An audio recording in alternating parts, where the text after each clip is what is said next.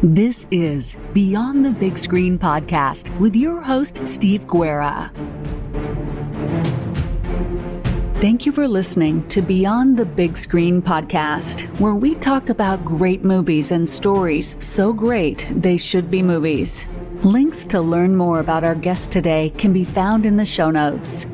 You can support Beyond the Big Screen on Patreon.com. By joining on Patreon, you help keep Beyond the Big Screen sustainable and get many great benefits. Go to patreon.com/Beyond the Big Screen to learn more and sign up. Find show notes, links to subscribe, and leave Apple Podcast reviews by going to our website, beyondthebigscreen.com. And now, let's go beyond the big screen. Welcome back to another Beyond the Big Screen and Key Battles of American History crossover episode. We have today James Early of the Key Battles of American History podcast. And today we're going to talk about the War of 1812 through the lens of the 1958 movie, The Buccaneer. Now, James and I did a series of episodes for the Key Battles of American Histories that James asked me to help out. I don't know why, but he did. I hope it turned out okay. But so we always like to talk about a movie that goes along with the battle, and there's really only one movie. James, how are you doing this fine morning? I am just dandy. I'm looking forward to this discussion. Regarding the movies, there are actually several movies about the War of 1812, but they're all very old with a few exceptions. Even going back to the silent era, this movie itself, The Buccaneer from 1958, is actually one of the more recent War of 1812 movies. And it itself is a remake of an earlier 1938 version of The Buccaneer, which I have not seen. Cecil B. DeMille was the director on the earlier one, and he was heavily involved in this one as well, though he actually didn't direct it. But we'll talk more about that later. But yeah, if you want something like Gettysburg or Lincoln or Glory or something like Turn, Washington Spies, or even The Patriot, a recent War of 1812 movie that's at least decent, you're out of luck. I don't know why. I think it's just part of the fact that the War of 1812 is generally forgotten by Americans. Most Americans know absolutely nothing about it. Maybe they know about the Battle of New Orleans, and the burning of the White House, but it's just not a war that captures the American imagination like the Civil War or the Revolutionary War, World War II does. I mean, you think about World War II, there's new movies coming out all the time. Like almost every year, there's a new World War II movie, and that's a good thing, but I wish we could get some more of 1812 movies. There was a Canadian movie that came out around 2018. I can't even remember the name of it. I watched it and I just thought it was awful. Steve and I were thinking about discussing that one, but it was just so bad. I said, Steve, we're not doing this one, or at least I'm not doing this one. It was Steve and I have been talking about it. It's a cross between like Friday the 13th or Nightmare on Elm Street with Last of the Mohicans. So think a horror slasher movie set in 1812 or 1813.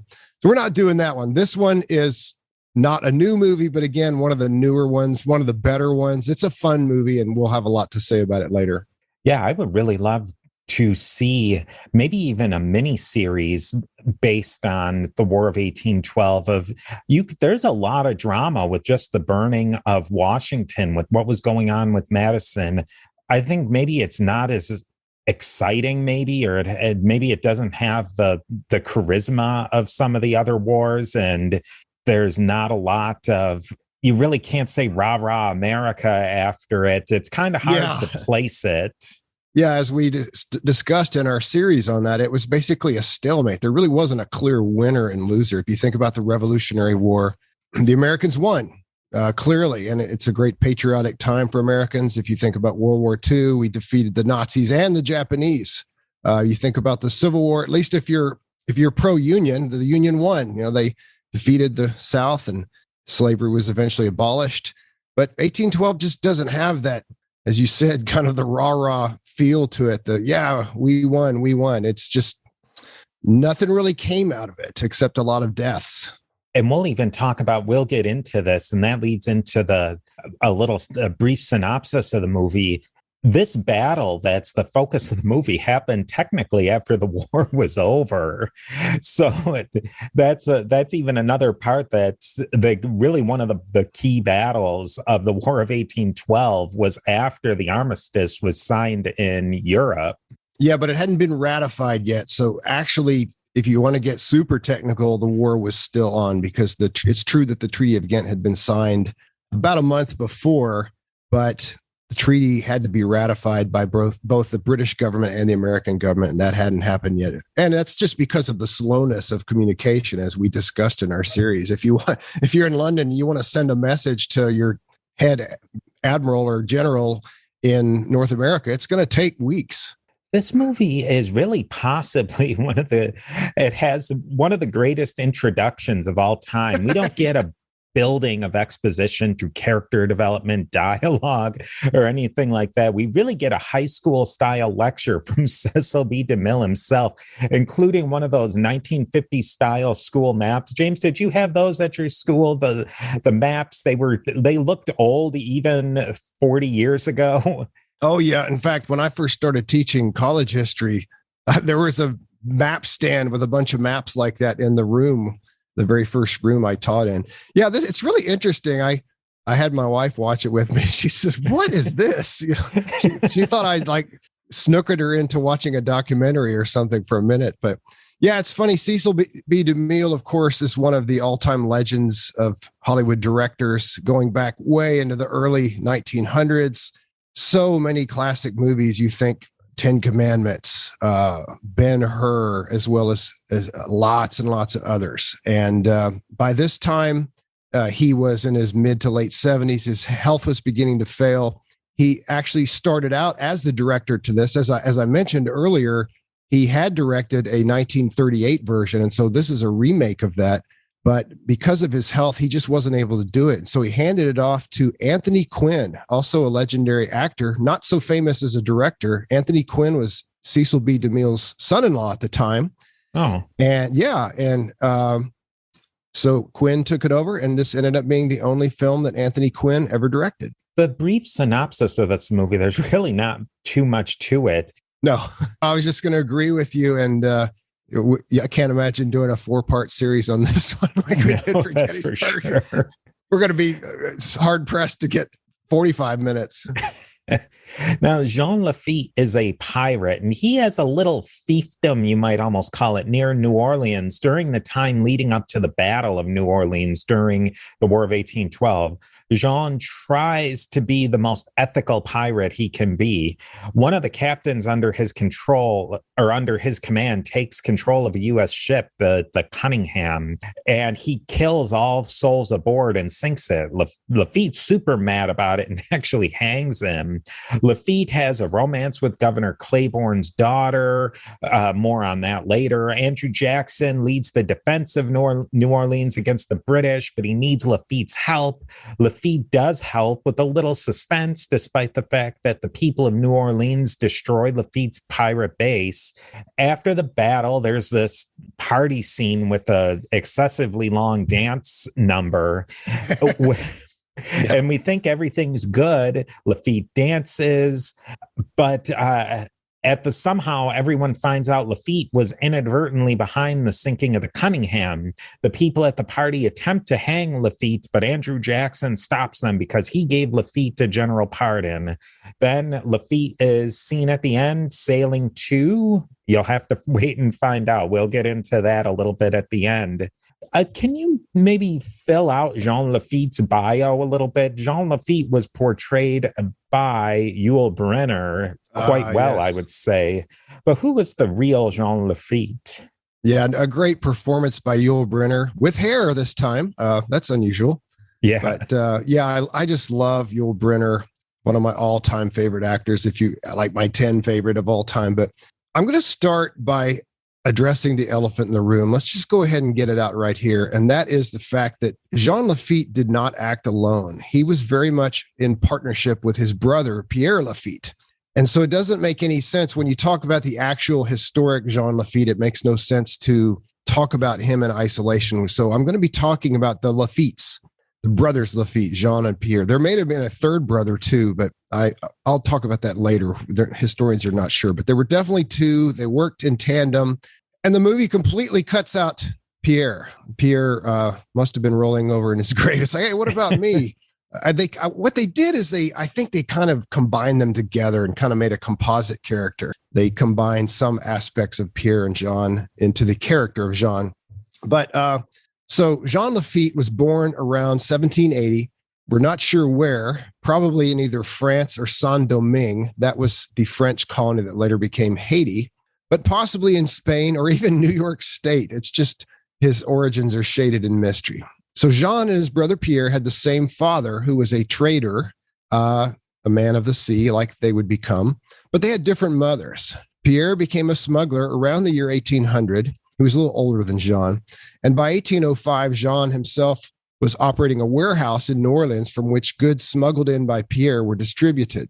Both Lafitte's, but especially Jean, were intelligent, resourceful. Jean in particular, he was fluent in French. He was fluent in English. He had a working knowledge of Spanish. He loved drinking, gambling, women, and fine clothes. And the movie gets right. He's almost always wearing really nice, colorful clothes, and he has a nice house. He's got plates made out of solid gold. I don't know if the real Lafitte was that wealthy, but he was a bon vivant. And when you get to the January of 1808, the U.S. began enforcing a law that had been passed the previous year called the Embargo Act. Steve and I talked about this in the very first episode of our series on the War of 1812. The Embargo Act basically said ships don't leave and they don't come in. There will be no trade with anybody. And the Lafittes, of course, being smugglers, they said, we're not going to follow that law. They moved their base of operations to a group of islands in Barataria Bay, which is off the coast of southern Louisiana. Their ships would land there, and Jean and Pierre's men would load their smuggled goods onto smaller boats to take them to New Orleans. They would go all through the bayous and the swamps and everything, and they developed a great knowledge of the terrain there. Now, Pierre stayed mostly in New Orleans itself, managing their affairs, while Jean stayed in Barataria, managing the outfitting of privateers and the smuggling of stolen goods. By 1810, the Lafitte's business was booming, and Barataria had become a crowded, busy port. The Lafitte's main commodity, and the movie definitely does not address this issue because they wanted to make Lafitte look like a really, really good guy, a wonderful guy. A little bit of an edge, perhaps, but they do not mention in the movie the fact that the Lafitte's main commodity was African slaves. The U.S. had outlawed the international slave trade in 1808, so the Lafitte's would smuggle in slaves from the Caribbean and other places. They would buy them cheaply in the West Indies, smuggle them into Louisiana where they were expensive because of the federal ban on slave imports that I mentioned. So that's a very seedy and dark side of the Lafitte's that, again, the movie completely ignores. In 1812, the Lafitte's began engaging in piracy, mainly against Spanish ships. They did not attack American ships as a policy. And they were actually under the flag of Cartagena, which was a city which is now in modern day Colombia. At the time, it was breaking away from the Spanish Empire. So they were, well, technically privateers. And I should, I guess, mention the difference. A privateer is basically a pirate with a piece of paper from a government saying, you have my blessing to do this. We talked about that also in the Battle series. It's a legal pirate. But Cartagena wasn't really recognized by a lot of other nations. So it was questionable and certainly not accepted by all nations that they were actually legal privateers. That's why they were called pirates often. And they had a reputation for treating captured crew members well. And they often returned captured ships. They tended to not, they would just take the stuff, but they would leave the crew alive and just give them the ship right back. They didn't always do that, but they sometimes did. And the people of New Orleans were grateful to the Lafitte's for bringing them luxuries they couldn't get due to the blockade. And I think the movie does a good job of capturing this. This movie in general, like a lot of Hollywood movies based on historical events, they get the big picture right, and they get a lot of some of the details right, but then they completely make up other things and completely get some things wrong. But we see in the opening part of the movie, this outdoor bazaar where Jean Lafitte and his men are selling all these smuggled in goods, these goods that they had basically captured and stolen from Spanish ships and then brought in, and they sell them at high prices. And that's how they make their money. But of course, that's illegal in the US. So when the authorities start to come, they pack everything up and they disappear. And that did tend to happen from time to time. The government was often trying to stop this smuggling that the Lafitte's and their allies were doing, but they had very little success. Steve here. We are a member of the Parthenon Podcast Network, featuring great shows like Richard Lim's This American President and other great shows. Go to parthenonpodcast.com to learn more, and here is a quick word from our sponsors. It's really interesting, the gray zone that the Lafitte's operated in. They're legal pirates, but their remit, so to speak, is not from the United States and it's not from Britain. They're kind of helping the Americans, but they don't really have any obligation to do that. Did you get any sense in your research? What did Lafitte identify as, you might say? Did he identify as American or as something else? Well, first and foremost, he saw himself as a Frenchman, but he didn't have any real official ties to the French government. During the War of 1812, at least the early part, the British were not just fighting in North America. They were also fighting the French. They were fighting Napoleon, but Napoleon was defeated in 1814. And at that point, the British were able to devote their full attention to the Americas. And that's what brings on the Battle of New Orleans, which we'll talk more about later. But Lafitte, in the movie, they portray him as desperately wanting to be an American, like he wants to become an American citizen, and they give that as the reason why he doesn't attack American ships. But in reality, the real Lafitte, his loyalty was to Jean Lafitte. He was loyal to whatever was going to promote his situation, whatever was going to promote prosperity and bring him wealth. So if that meant working for Cartagena, fine, he'll work for Cartagena. And later on, he actually turns, and this is well after the war and after the events described in the movie, but he actually goes on the Spanish payroll and spies on people who are working to undermine Spanish authority in Mexico and other parts of their empire. So yeah, the Lafitte's were loyal to the Lafitte's. That's what they identified as their own personal entity. What was happening in New Orleans, and how was Lafitte involved with what was going on in this lead up to the Great Battle of New Orleans? Okay, so when the War of 1812 broke out, the U.S. government gave letters of marque, M-A-R-Q-U-E, and that is one of those letters I told you about that it was an official sanction or an official blessing for a captain and his crew to basically be a pirate. But again, because they're working for a government, they're not a pirate anymore. They're now a privateer. There's a very fine line between those two. But so our government, the U.S. government, gave letters of marque to several ship captains who had been working with the Lafitte's. But the governor of Louisiana, longtime governor William Claiborne, ordered the capture of Lafitte. He didn't like what Lafitte was doing. He was a by the book guy. At least for the most part, he wanted the law to be obeyed, and Lafitte was clearly violating Louisiana law as well as American law. But as I said, Lafitte had a tendency to not be caught, and sometimes he would get caught and he would escape. So there was a lot of frustration on the part of Claiborne and the authorities in Louisiana, as well as the U.S. military. In January 1814, Lafitte set up an auction site outside New Orleans at which he sold smuggled goods. I mentioned that a minute ago, and again, that's shown at the beginning of the movie. Soon after this, though, Pierre Lafitte was arrested, convicted of aiding pirates, and jailed, but he later escaped. Steve, you've studied 19th century U.S. history quite a bit, as have I. I'm thinking about Billy the Kid. It was really easy to escape from jails back in those days, wasn't it? Yeah, it sure was. They weren't like today where, there would be lockdown, and blah, blah, blah, blah. But no, you could just knock through a wall, or you could wait till the guard is asleep, or bribe the guard, or hope the guard drinks a fifth of whiskey, and then you're out of there. So that's what Pierre did. Now, during the war, the British, this is shown in the movie, and this is accurate.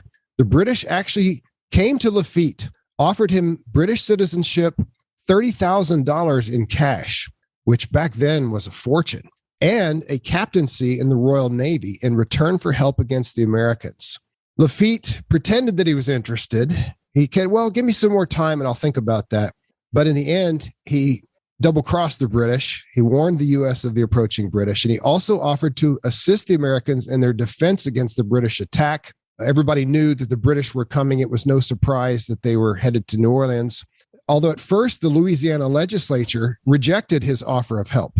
And then in September of 1814, an American force attacked Barataria, capturing 8 ships and 80 men, basically destroying the base. But both of Lafitte's got away. They weren't even there. The British also raided Lafitte's base. That is not shown in the movie, but the British also attacked it. They weren't happy about him turning down their offer, and they put the finishing touches on it. Claiborne then lobbied the U.S. government to pardon the Baratarians since they might be able to help against the upcoming British attack. Meanwhile, General Andrew Jackson accepted Lafitte's offer of help. And that's all shown pretty accurately in the movie. They actually, there's a scene where the British come in and Lafitte feeds them a meal, and they specifically say, we'll give you citizenship, land, $30,000 in cash, we'll make you a captain in the Royal Navy. And Lafitte's second in command, General Dominique Yu, he wasn't really a general, but he said, with every single one, we don't need land. We're privateers. We don't need money. Look at all this money we have. He doesn't need a captain in the Royal Navy. He's already a captain of a huge fleet. So yeah, that's interesting. And I find it interesting that even though the Americans were constantly after him and they even damaged his base, which is shown very well in the movie, Lafitte still wanted to help the Americans. He hated the British. And I think that's part of the fact, or that comes from the fact that he was French. And French and British, as you know, fought each other off and on for over 1,000 years. He really did have a very good setup, too, in Barataria. It was a really key point. And for all intents and purposes, he was essentially, it was an independent kingdom for him. It really was. It was both a very successful business and almost like his own shadow government. The U.S. just wasn't able to do anything about him. Nothing serious. They talked about it. They made a few efforts, but they were too busy fighting the British, and they just didn't really have the resources to go after the Lafittes with both barrels. It also, going back to what you said about him being able to escape, prison was a lot less, I guess, secure and physically secure, but also the whole apparatus. Yeah, you're a fugitive, but if you can go to your own private kingdom that's just a couple of miles away, that kind of takes away some of the sting of the authority the government has, which probably they weren't exactly happy about. Yes, exactly. Now, what role did Lafitte have in this monumental Battle of New Orleans? Yeah, this is kind of controversial because there is no doubt that both Lafitte's, Pierre and Jean, helped out in the effort to defend against the British attack. However, the movie makes this very dramatic. They make the Baratarians show up at the very last minute. Nobody knows what they're going to do. That wasn't true. They were there pretty early on, but they were spread out all over the place. So it's not like you had all of Lafitte's men on the battle line, the very battle line that Jackson had constructed to stop the British from getting to New Orleans. Some of them were in forts in different places. Some of them were at Fort St. Philip, for example. Again, spread out. Jean Lafitte himself was probably not even on the main battlefield as he is shown in the movie. In the movie, he's dashing around, helping fire cannons, and he even goes out in front of the American line at one point and sends a signal so that the Americans will know when the British are about 300 yards away and therefore within American rifle range. He's just dashing and daring and doing all this stuff, and he just saves the day. But in fact, the Lafitte and his men, although they did help and they did bring some needed ammo, and they brought especially flints, the Americans were still using flintlock rifles at this time, which are basically the same weapon that they used during the Revolutionary War. You had a hammer, which would strike a piece of flint, which would start a spark that would go down into the barrel of the gun, have a minor explosion, and that would force the bullet out of the barrel.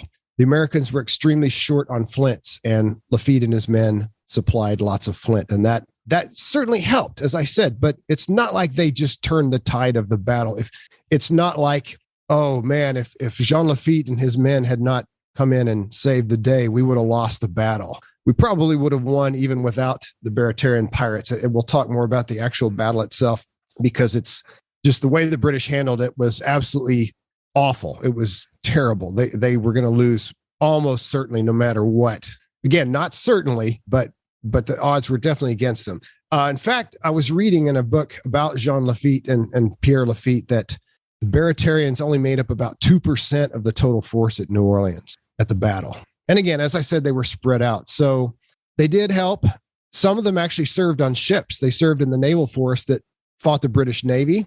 There was a mini naval battle going on at the same time, or just before the land battle. Really, it's not, and it's when you think of the Battle of New Orleans, it's really a campaign. It's a series of several battles, not just the one climatic battle that's shown in the movie. And they touch on that a little in the movie.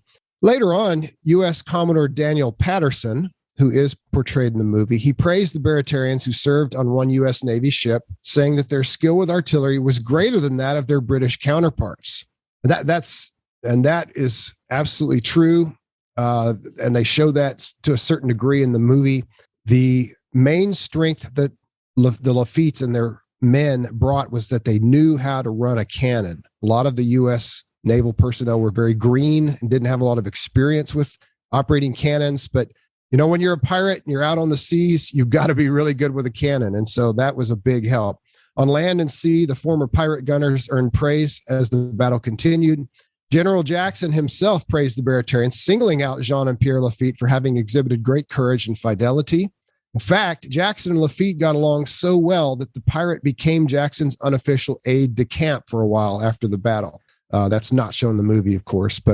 And after the battle, Jackson formally requested clemency for the Lafittes and the men who had served under them. They were all outlaws, of course, according to the American government.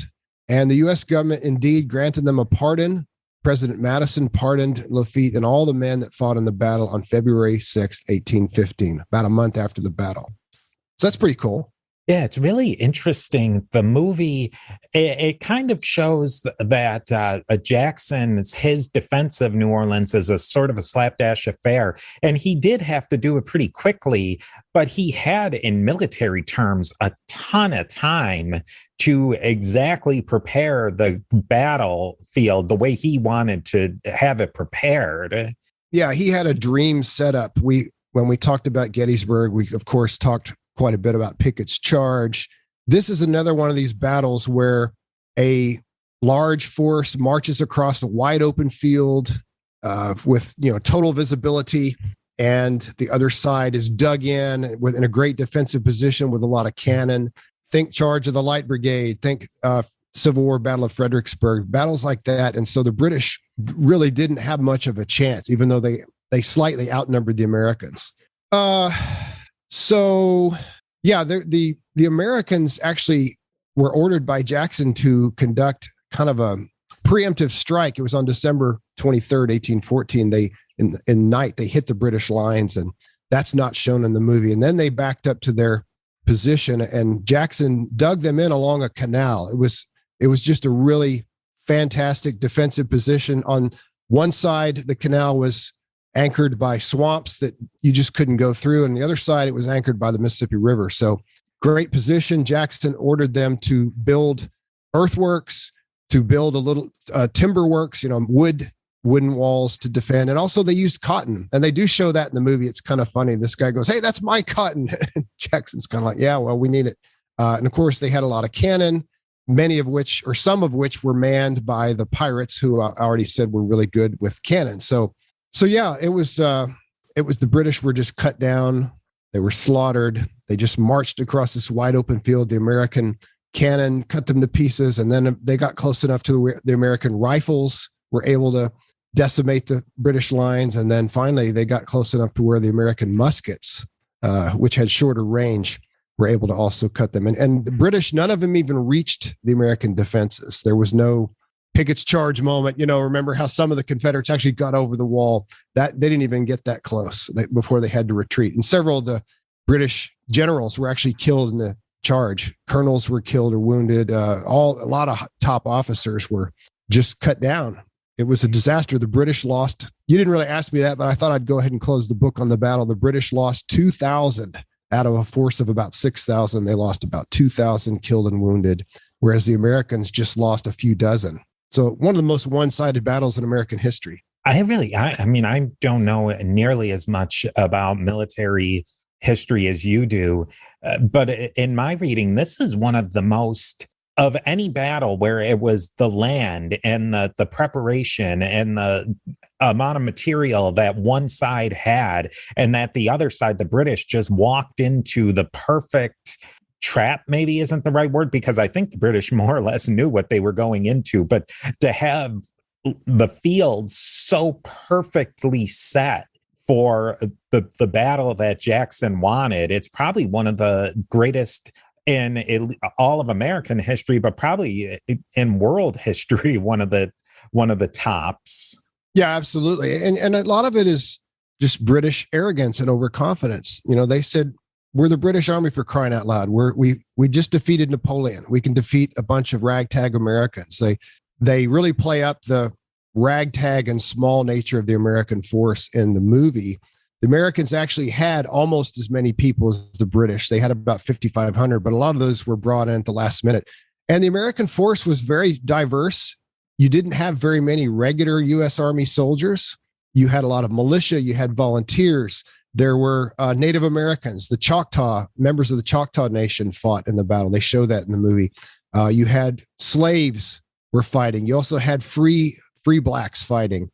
You had people that spoke Spanish only, people that spoke French only.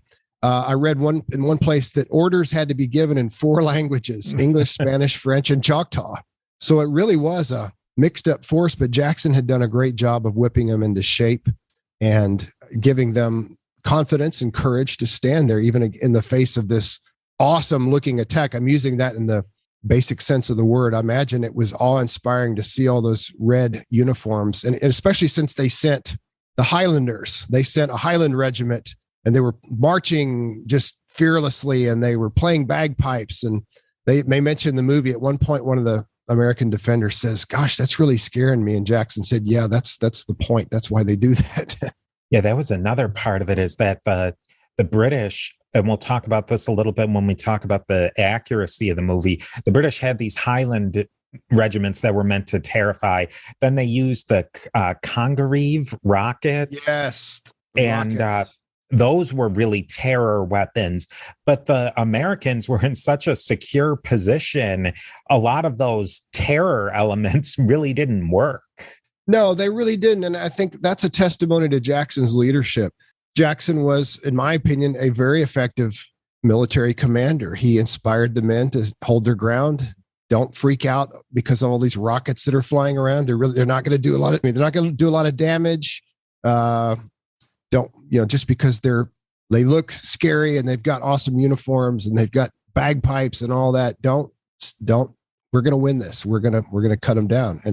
And that's exactly what happened. But at the end of the battle, it was pretty much that Lafitte had worn out his welcome in New Orleans. And the last scene of the movie is showing him sailing off into destiny.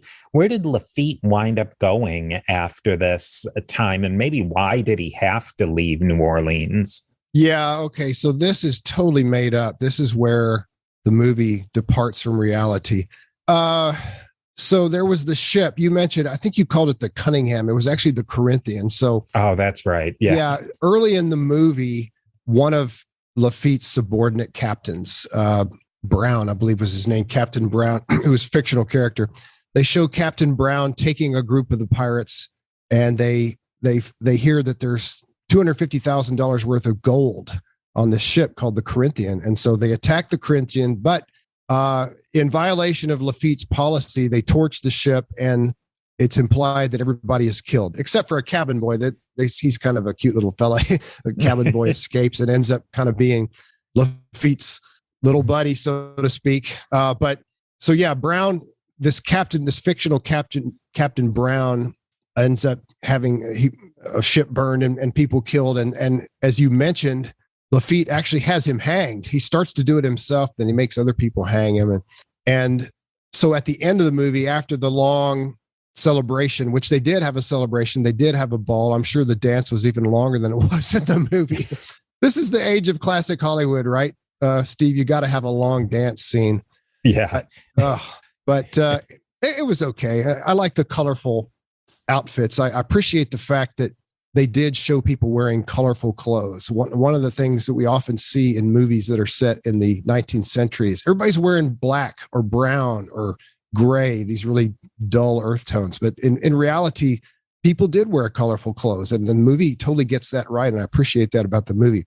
Anyway, I got off on a little tangent there, but so at the end of the movie, after the celebration, the boy appears and people start asking, well, how did you survive the Corinthian? And he's trying to cover for Lafitte, even though it's not Lafitte's fault. It was done in violation of Lafitte's orders. Nevertheless, the boy, spills the beans and says, well, the ship was attacked by one of Lafitte's men and burned. And Lafitte personally takes responsibility for that. He doesn't try to dodge it. He doesn't say, I ordered it, but he says, I was responsible for it. And the people just go nuts and they start to hang him and all this. And finally, Jackson comes out and saves him, and but says, you got to get out of here. And so he's given, I don't know, what is it, like 48 hours or 24 hours? I can't remember, maybe just 10 hours. He gives them just a little bit of time to get on a ship with his men and sail away. And so that's the final scene. Total nonsense. In reality, it's great drama, and that sailing to destiny is, like, what's he going to do next? It's almost like they were setting up for a sequel. But Pirates of the Caribbean Part 2, Lafitte goes to Mexico. They don't show where he's going. But in reality, Lafitte continued to be both Lafittes. Again, remember, there were two brothers in reality. They were hailed as heroes, and they hung around New Orleans for quite some time. They eventually did leave, and they moved their base of operations to Galveston, of all places, and were there for quite a while. In fact, today you can go down and take the Jean Lafitte tour in Galveston. It's kind of cool. I haven't done it, but there's a lot of Jean Lafitte swag that you can get in Galveston. And that's going to be their new base of operations. But they didn't leave because they were afraid the Americans were going to hang them or something. They left because their base had been destroyed, and they were looking for the next adventure. They were wanting to start a new business, start a new mini kingdom. So that's the reality. They relocated to Galveston around late 1815 and set up shop there, and they'll stay there for quite some time. Steve here again with a quick word from our sponsors. I thought that part of the movie was a little infuriating because, I did respect that Jean Lafitte owned it, that Captain Brown was under his command and he was responsible, but he could have explained himself a little further, that he took care of Brown. I think that might have tempered it a little bit with the angry mob.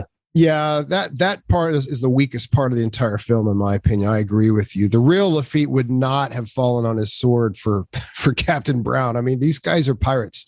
As I mentioned, they're looking out for number one. The real Lafitte, even if that had happened, would have said, hey, look, this guy was acting not on my orders. In fact, he was violating my orders. I had the guy hanged, for crying out loud. So give me a break. And I think in reality, people would have calmed down, and he might still have had to have left. But yeah, that's just pure Hollywood, all that.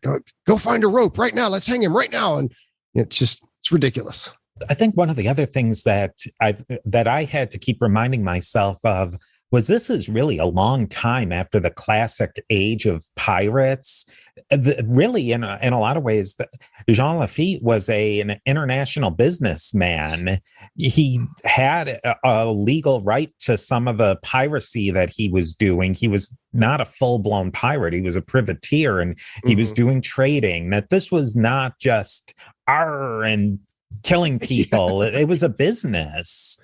It really was. And he saw himself as a businessman and even the leader of a community. As we said, he liked fine clothes, wine, women, and song. He didn't go around. It's even funny because they allude to that in the movie. The British are looking at him when they're having dinner and they're making their offer to him. And one of the British officers says, well, you're not really what I expected. And he says, did you expect me to have a peg leg and an eye patch? that was really funny. The character of Lafitte is just wonderful in this movie, and as is Yul Brynner. Now let's talk a little bit about the historical accuracy. This movie is very theatrical and in a play-like style. Our mutual comrade at a microphone and friend, Sean McIver, he's spoken to this point in other movie-based podcast episodes of the movies of this time. They were not filmed in a realistic fashion at all. And I don't think I saw a single setting in this movie that didn't that wasn't obviously a sound stage. So what was maybe one of the big things of accuracy? Because I mean, in a lot of ways, we don't want to get too hung up on accuracy. It is a film, but what's something that maybe really ground your gears about this movie? Well, again, the number one problem with the movie, which we've already discussed, is that there's no Pierre. It's just Jean Lafitte, and Pierre doesn't get credit for the things he did. But again, I think they were just trying to simplify it, and the Jean Lafitte in the movie combined features of Pierre and the real Jean Lafitte. But no need to beat that dead horse anymore. Let's talk about Andrew Jackson, also played by one of my all-time favorite actors, Charlton Heston. I love Charlton Heston. I love the Ten Commandments. I love Ben-Hur. So many good movies with him. But you've done an episode on El Cid, just a legend of the screen. But and he's pretty good as Jackson. He is shown in the movie as being much older than the actual Jackson was. He's got the big shock of white hair, just purely white. But the real Jackson was 47 at the Battle of New Orleans. His hair was not yet white. And Heston tries to do a Southern accent. Of course, Jackson was from Tennessee. He grew up in the Carolinas, and very Southern man. He would have spoken with a Southern accent. But again, Heston tries. The accent goes in and out, like a lot of actors in movies at that time. I just don't think until maybe the 80s, maybe, that they tried really hard to be really accurate with things like accents and hairstyles and things like that. Like you look at the movie Tora, Tora, Tora, which is a fantastic movie about Pearl Harbor, came out in 1970, but the haircuts are not 40s haircuts. They're not 1960s haircuts, things like that. And so, yeah, it's just, that just wasn't a big concern, that type of accuracy. Whereas if you watch the 2019 Midway movie, those are 40s haircuts. Anyway, just that's kind of a minor thing. Hair and beards are one of my pet peeves, but they should have made him look a little younger. The actual Heston was about the right age, but for some reason they tried to make him look way older. They did the same thing with Governor Claiborne. Now, having said that, there are some really nice little details that I like they threw in there. About halfway through the movie, Jackson is always like whining and dining and talking to people and all that. And then he goes into his office and he unbuttons his uniform coat and he touches his side very gingerly. You can tell he's got a wound, an old wound there. And he's just kind of, he makes a face. It obviously hurts. And that is a wonderful detail. Most people probably won't even notice that, but Jackson actually did have a bullet in his chest from a duel that he had fought in 1806. And I won't go into the details of the duel, but during this scene, Lafitte sneaks in through the window, threatens to shoot Jackson if he doesn't give him a pardon, which is, I could not find any evidence that is accurate. I've read several biographies of Andrew Jackson. I've read about Lafitte. I've read about the Battle of New Orleans, and nowhere have I ever seen anything written that Lafitte actually threatened Jackson, but it's good drama.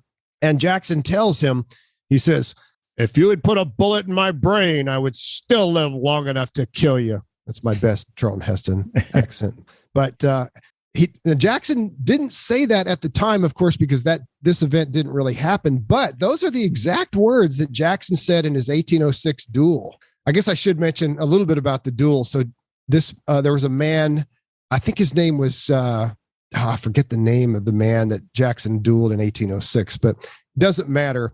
The man had supposedly insulted Rachel, who was Jackson's beloved wife. And so Jackson challenges him to a duel.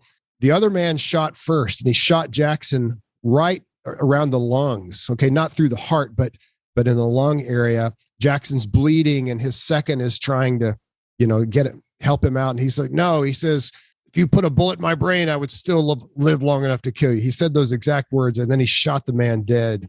Charles Wilkinson, I'll look it up in a minute. I want to know that name. But so that's a really nice detail, Steve, about the fact that they gave a nod to the fact that Jackson was carrying around a bullet in his lung area. And he would carry that bullet until the day he died.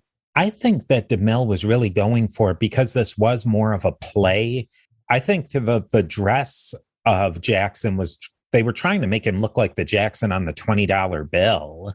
instead of a realistic portrayal. I think that's where the accent kind of came in. And if you go to Jackson's, I don't know what you would even describe him as, aide de camp or his bodyguard. It was this frontiersman guy who wore the raccoon skin hat with the tail on it and everything. He had the most over the top, treacly mid Tennessee accent. I mean, the guy was a total caricature. And I think with Mr. that Peavy, sort of I think thing, it was his name, Mr. Peavy, maybe. Something. Yeah, I think with that sort of thing in the 50s, they just turned those caricatures up as loudly as they could instead of going for something a little bit more subtle. Yeah, exactly. Let's milk it for all it's worth. Have fun with it. The man that Jackson dueled is Charles Dickinson. I think I said Wilkinson. I'm mixing him up with General Wilkinson, who had been the U.S. commander over New Orleans for a while. All right. So another major thing is, of course, the love story. Dun, dun. Yeah, cue romantic music. By the way, the music is very good in this movie. It's by Elmer Bernstein, who made dozens and dozens of movie scores, a lot of really famous ones. It's escaping my mind which other ones he did, but Elmer Bernstein was a very talented movie composer. Yeah, and because this is the classic age of Hollywood, we've got to have a love story worked in. We've got to shoehorn it in. So they had to make something up.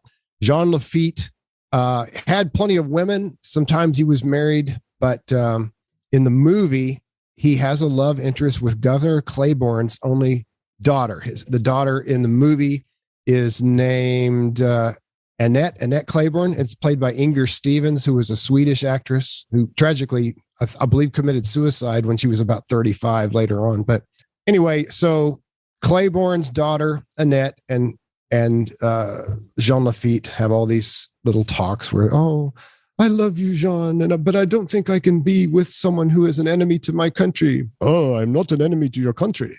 I am a businessman. I help your country, things like that. So cheesy stuff, but and totally made up because Governor Claiborne only had at this time one surviving daughter. She was named Sophronie, not Annette or Sophronia, Louise Claiborne, and she was 2 years old at the time of the Battle of New Orleans. Now, the real Lafitte is believed, at least by some sources, to possibly have had an affair with the governor's wife, who is not shown in the movie. And needless to say, that's not going to be shown in a 1950s movie. And a fun fact, I got to throw this in. This has nothing to do with the historical accuracy of the movie, but Governor Claiborne was the great, great, great grandfather of fashion designer Liz Claiborne. How about that? Yeah, that's a really interesting fun fact. Fun fact. Yeah, I always have to work in some fun facts. Wouldn't it be interesting? I think if they remade this movie, it was way too spicy for the mid 1950s, but to have that relationship with Claiborne's wife and Lafitte, and then having Lafitte's brother involved, I think that could have made for a really interesting and complex movie. Oh, yeah. It's just like a lot of things in history, Steve. The real story is so amazing and so cool and so fascinating. Why can't you just tell the story as it happened? Why do you have to make up a bunch of crap? But as like you said, it would be wonderful to have like a 10-part series on the War of 1812, even if it's a docudrama. Those have become real popular lately. Where you've had like the History Channel has actually gotten back in the business of doing good history. They've done a Lincoln series. They've done a Washington series, a Grant series. Fantastic. They just did one on TR, which I haven't seen yet, but do a War of 1812 series. You might even have to make it like a 20 episodes or 15 episodes. It's all about money. I just don't know that many people would be interested in watching that, but it would be wonderful. Yeah. And it would be really tricky in a regular movie format, even though this movie, I would think, was about 2.5 hours long, to have this buddy film with Pierre and Jean Lafitte, plus buddying with Andrew Jackson. It was, I think Cecil B. DeMille did probably the best he could with it and keep it within the 50s, which this is essentially a sword and sandal drama that DeMille gives us time and time and time again. Yeah, just more like swords and boots and muskets. Yeah, I mean, really, I mean, you get the swashbuckling scenes, you get the high drama, but it really does, in what we're going on 60, 70 years later, I think it leaves the modern audience just feeling a little flat. Yeah. Yeah, it's not a movie that it's going to get a lot of excitement going on. It's a decent movie. It's fun, but anyway, a couple more things about the historic accuracy. The actor E.G. Marshall, a great character actor from the 50s, 60s, 70s. He's about the same age. He plays Claiborne, Governor Claiborne. He's about the same age that Claiborne was at the time, but they make him look a lot older. They give him this white hair, and it's just really odd. Why would you do that? But I think you mentioned, he looked like an old statue kind of. He's kind of stiff character. The interactions between Jackson and Lafitte, and between Lafitte and the British Royal Navy officers, as well as the interactions between Jackson and the leading citizens of New Orleans, are generally accurate. One of the screenwriters said this. He said, the actual historic events in question are themselves so over the top that all I really had to do was line up the dialogue, and even then only some of it. He added, the only real job was shoehorning a romance into it. So again, it's obligatory. You got to check that box.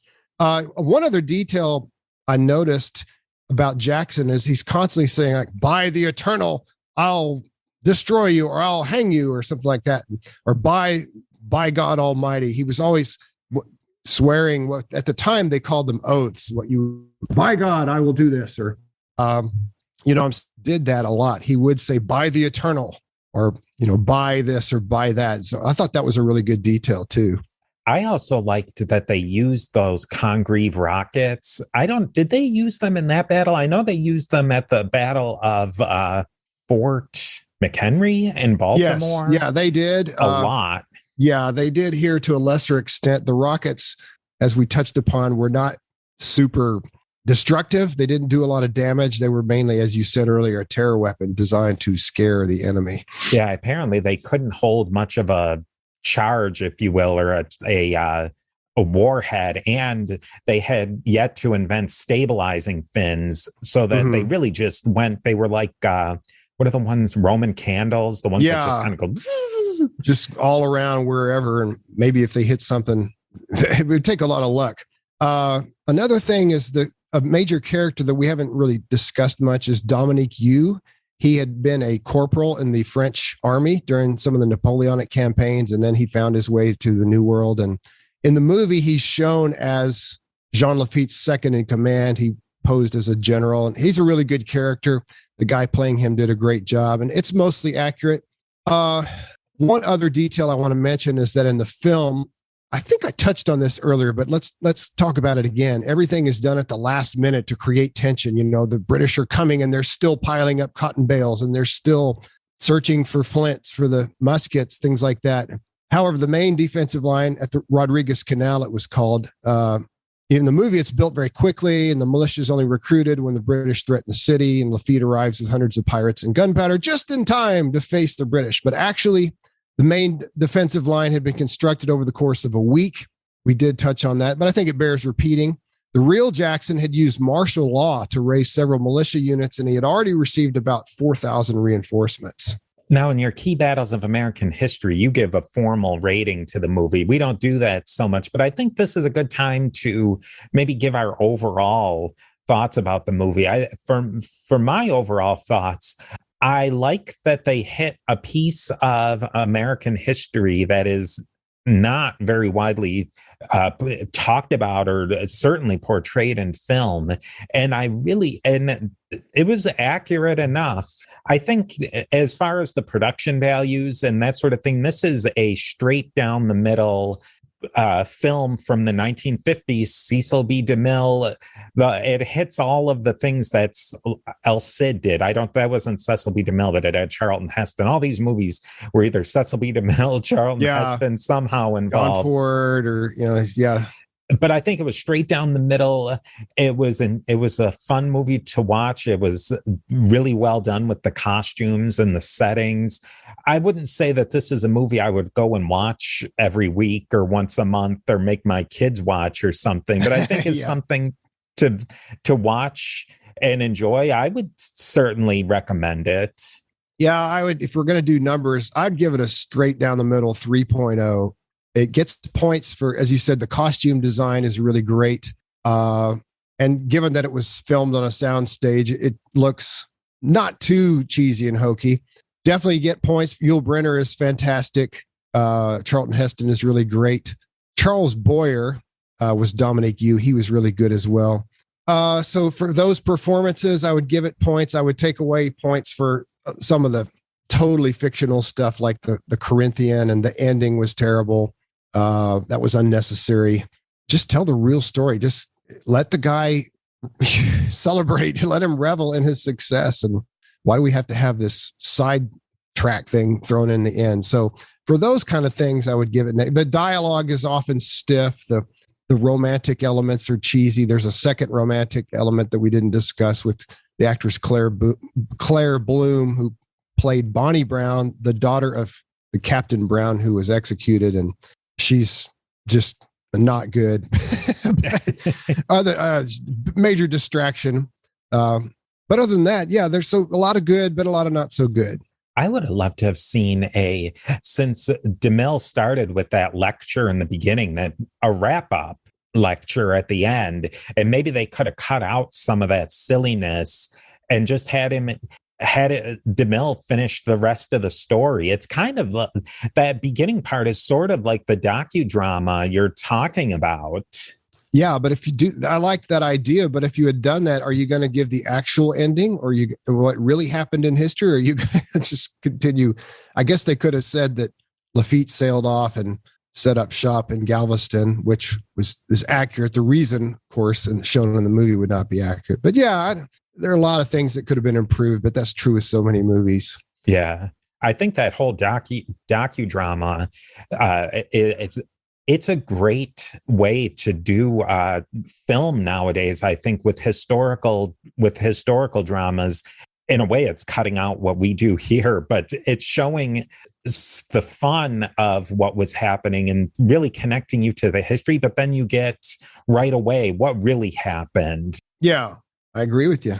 Well, thanks, James. People should definitely go listen to your Key Battles of American History, especially the War of 1812 special series that's coming up. But all of your episodes are fantastic, and I am sure that you will be on Beyond the Big Screen again. It seems extremely likely. I seem to keep coming back. It's a lot of fun. I always enjoy talking with you about movies. And yeah, we'll do it again.